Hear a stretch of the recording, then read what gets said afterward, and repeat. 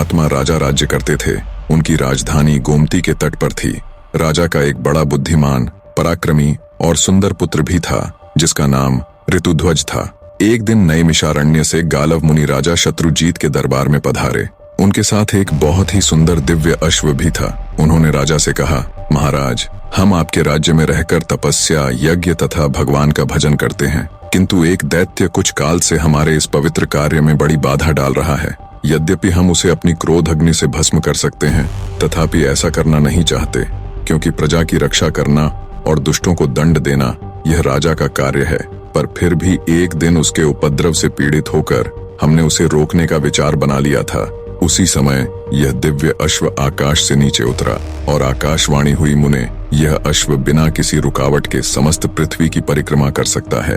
आकाश, पाताल, पर्वत, समुद्र सब जगह आसानी से जा सकता है, इसलिए इसका नाम कुवलय है। भगवान सूर्य ने यह अश्व आपको समर्पित किया है।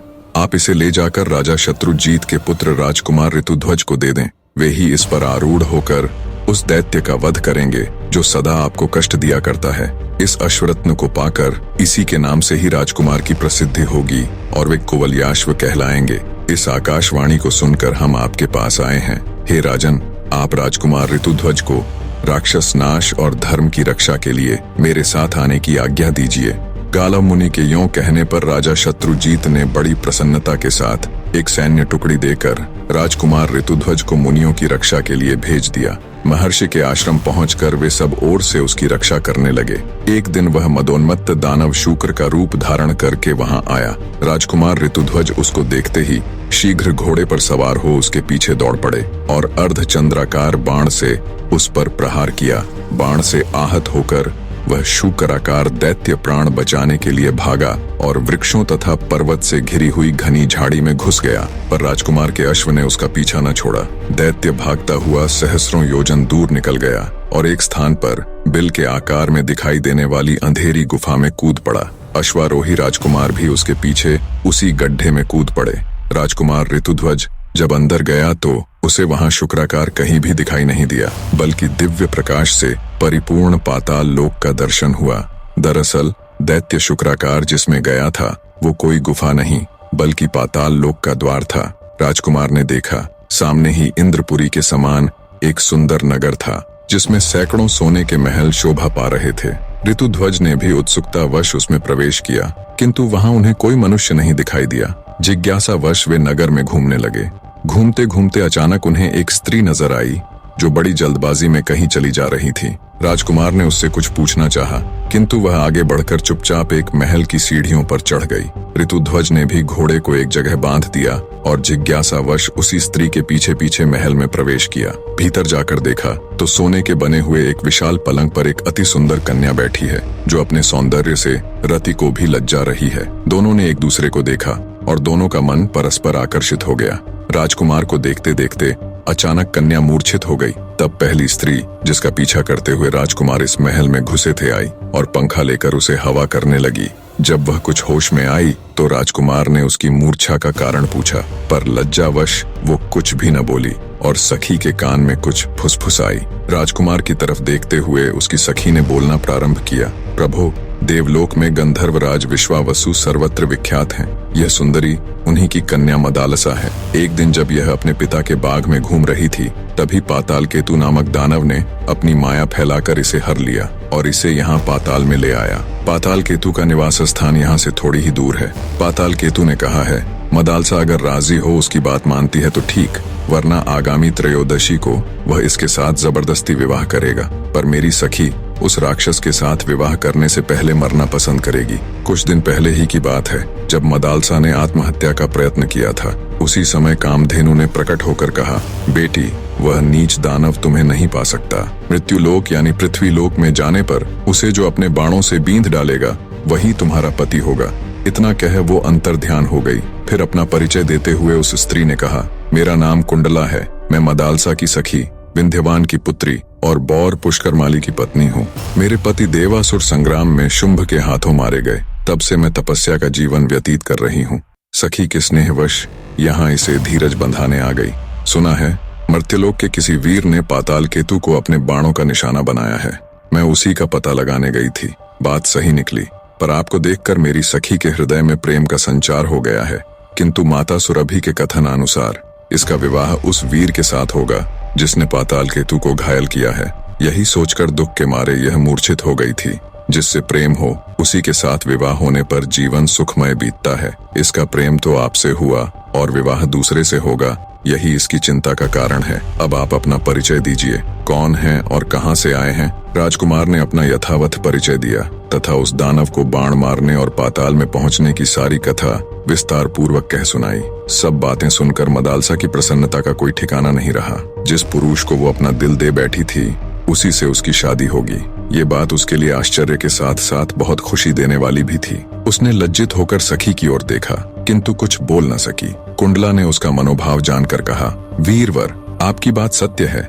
मेरी सखी का हृदय किसी अयोग्य पुरुष की ओर आसक्त हो जाए, ऐसा हो ही नहीं सकता। कमनीय कांति चंद्रमा में और प्रचंड प्रभा सूर्य में ही मिलती है। आपके ही लिए गोमाता सुरभि ने संकेत किया था। आपने ही दानव पाताल केतु को घायल किया है। मेरी सखी आपको पति रूप में प्राप्त करके अपने को धन्य मानेगी। कुंडला की बात सुनकर राजकुमार ने कहा, मैं पिता की आज्ञा लिए बिना विवाह कैसे कर सकता हूँ। कुंडला बोली, नहीं नहीं, ऐसा न कहिए, यह देवकन्या है। आपके पिताजी इस विवाह से प्रसन्न होंगे। अब उनसे पूछने और आज्ञा लेने का समय नहीं रह गया है। आप विधाता की प्रेरणा से ही यहाँ आ पहुँचे हैं, अतः यह संबंध स्वीकार कीजिए। राजकुमार ने तथास्तु कहकर उसकी बात मान ली। कुंडला ने अपने कुलगुरु तुम्बुरु का स्मरण किया। वे समिधा और कुशा लिए तत्काल वहां आ पहुंचे। उन्होंने अग्नि प्रज्वलित करके विधि पूर्वक ऋतुध्वज और मदालसा का विवाह संस्कार संपन्न किया। कुंडला ने अपनी सखी राजकुमार के हाथों सौंप दी और दोनों को अपने अपने कर्तव्य पालन का उपदेश दिया। फिर दोनों से विदा लेकर वह दिव्य गति से अपने अभीष्ट स्थान पर चली गई। ऋतुध्वज ने मदालसा को घोड़े पर बिठाया और स्वयं भी उस पर सवार हो पाताल लोक से जाने लगे। इतने में पाताल केतु को यह समाचार मिल गया और वह दानवों की विशाल सेना लिए राजकुमार के सामने आ डटा। राजकुमार भी बड़े पराक्रमी थे। उन्होंने हंसते हंसते बाणों का जाल सा फैला दिया और त्वाष्ट्र नामक दिव्य अस्त्र का प्रयोग करके पाताल केतु सहित समस्त दानवों को भस्म कर डाला। इसके बाद वे अपने पिता के नगर में जा पहुंचे। घोड़े से उतरकर उन्होंने माता पिता को प्रणाम किया। मदालसा ने भी सास ससुर के चरणों में मस्तक झुकाया। ऋतुध्वज के मुख से सब समाचार सुनकर माता पिता बहुत प्रसन्न हुए। उन्होंने पुत्र और पुत्रवधू को हृदय से लगाकर उनका मस्तक सूंघा। मदालसा पतिगृह में बड़े सुख से रहने लगी। सब कुछ बहुत अच्छे से चल रहा था। तदनंतर एक दिन राजा शत्रुजीत ने राजकुमार ऋतुध्वज से कहा, बेटा, तुम प्रतिदिन प्रातः काल इस अश्व पर सवार हो ब्राह्मणों की रक्षा के लिए पृथ्वी पर चारों दिशाओं में घूमते रहो। राजकुमार ने बहुत अच्छा कहकर पिता की आज्ञा शिरोधार्य की। वे प्रतिदिन पूर्वाह्न में ही पृथ्वी की परिक्रमा करके पिता के चरणों में नमस्कार करते थे।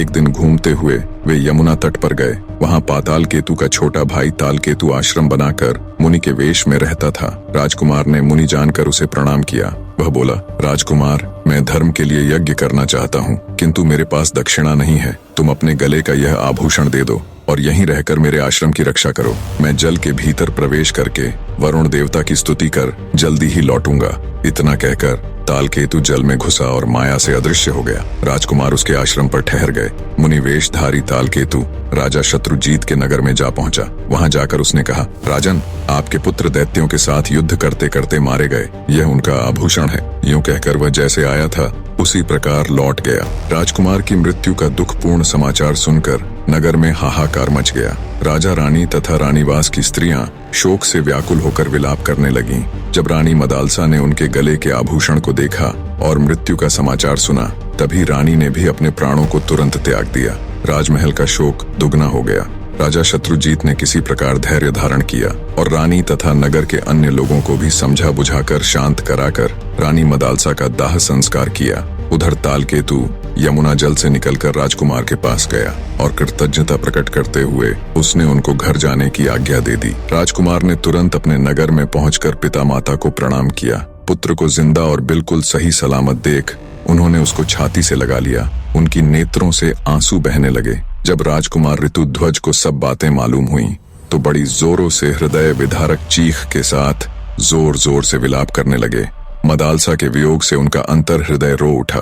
राजकुमार ऋतुध्वज की दुनिया सूनी हो गई। उन्होंने मदालसा के लिए जलांजलि दी और यह प्रतिज्ञा की मैं मृग के समान विशाल नेत्रों वाली गंधर्व राजकुमारी मदालसा के अतिरिक्त दूसरी किसी स्त्री के साथ भोग नहीं करूंगा। यह मैंने सर्वथा सत्य कहा है। प्रतिज्ञा कर राजकुमार ऋतुध्वज ने स्त्री संबंधी भोग से मन हटा लिया और समवयस्क मित्रों के साथ मन बहलाने लगे।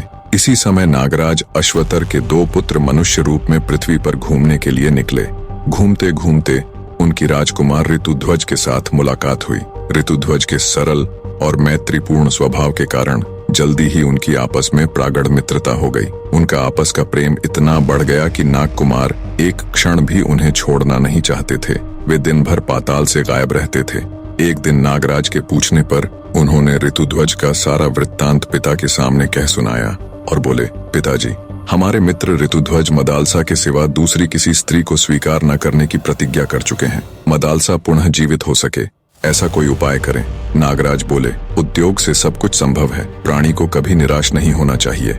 यूं कहकर नागराज अश्वतर हिमालय पर्वत के प्लक्षावतरण तीर्थ में, जो सरस्वती का उद्गम स्थान है, जाकर अपने पुत्रों के मित्र राजकुमार ऋतुध्वज के हितार्थ दुष्कर तपस्या करने लगे। सरस्वती देवी ने प्रसन्न होकर उन्हें प्रत्यक्ष दर्शन दिया और वर मांगने को कहा। अश्वतर बोले, देवी, मैं और मेरा भाई कंबल दोनों संगीत शास्त्र के पूर्ण मर्मज्ञ हो जाए। सरस्वती देवी तथास्तु कहकर अंतर्ध्यान हो गईं। अब दोनों भाई कंबल और अश्वतर कैलाश पर्वत पर गए और भगवान शंकर को प्रसन्न करने के लिए तालस्वर के साथ उनके गुणों का गान करने लगे। अति सुरीली वाणी में अपनी वंदना सुन महादेव जी प्रकट हुए और प्रसन्न होकर कहा, वर मांगो। तब कंबल और अश्वतर ने महादेव जी को प्रणाम कर कहा, भगवान, कुवलयाश्व की पत्नी मदालसा जो अब मर चुकी है, पहले की ही अवस्था में मेरी कन्या के रूप में प्रकट हो। उसे पूर्व जन्म की बातों का स्मरण बना रहे, पहले ही जैसी उसकी कांति हो तथा वह योगिनी एवं योग विद्या की जननी होकर मेरे घर में प्रकट हो। महादेव जी ने कहा, नागराज, तुम श्राद्ध का दिन आने पर यही कामना लेकर पितरों का तर्पण करना और श्राद्ध में दिए हुए मध्यम पिंड को शुद्ध भाव से खा लेना। इससे वह तत्काल ही तुम्हारे मध्यम फण से प्रकट हो जाएगी। नागराज ने वैसा ही किया। सुंदरी मदालसा उनके मध्यम फण से प्रकट हो गई। नागराज ने उसे महल के भीतर स्त्रियों के संरक्षण में रख दिया। यह रहस्य उन्होंने किसी पर प्रकट नहीं किया। तदनंतर नागराज अश्वतर ने अपने पुत्रों से कहा, तुम राजकुमार ऋतुध्वज को यहाँ बुला लाओ। नागकुमार उन्हें लेकर गोमती के जल में उतरे और वहीं से खींचकर उन्हें पाताल में पहुंचा दिया। वहां वे अपने असली रूप में प्रकट हुए। ऋतुध्वज नागलोक की शोभा देखकर चकित हो उठे। उन्होंने नागराज को प्रणाम किया। नागराज ने आशीर्वाद देकर ऋतुध्वज का भलीभांति स्वागत सत्कार किया। भोजन के पश्चात सब लोग एक साथ बैठकर प्रेमालाप करने लगे। तब नागराज ने मदालसा के पुनर्जीवित होने की सारी कथा उन्हें कह सुनाई। मदालसा के पुनर्जीवित होने की खबर सुनकर ऋतुध्वज की खुशी की कोई सीमा नहीं रही। उन्होंने नागराज से हर्षो उत्साहित होकर शीघ्र मदालसा से मिलाने का नम्र निवेदन किया। राजकुमार का हर्षोल्लाह देख नागराज ने बिना किसी देरी के उनको मदालसा से मिलवा दिया। राजकुमार ऋतुध्वज और रानी मदालसा एक दूसरे को देख भाव विभोर हो उठे और एक दूसरे को बहते नेत्रों के साथ गले लगा लिया। ऋतुध्वज के स्मरण करते ही उनका प्यारा अश्व वहां आ पहुंचा। नागराज को प्रणाम कर राजकुमार रानी मदालसा के साथ अश्व पर आरूढ़ हुए और अपने नगर के लिए रवाना हो गए। वहां पहुंचकर उन्होंने मदालसा के जीवित होने की कथा सुनाई। मदालसा ने भी सास ससुर के चरणों में प्रणाम किया। नगर में बड़ा भारी उत्सव मनाया गया। मार्कंडेय पुराण के अनुसार रानी मदालसा के 4 पुत्र हुए। महासती मदालसा ने अपने पुत्रों का उद्धार करके स्वयं भी पति के साथ परमात्मा चिंतन में मन लगाया और थोड़े ही समय में मोक्ष स्वरूप परम पद प्राप्त कर लिया। मदालसा अब इस लोक में नहीं है, किंतु उसका नाम सदा के लिए अमर हो गया।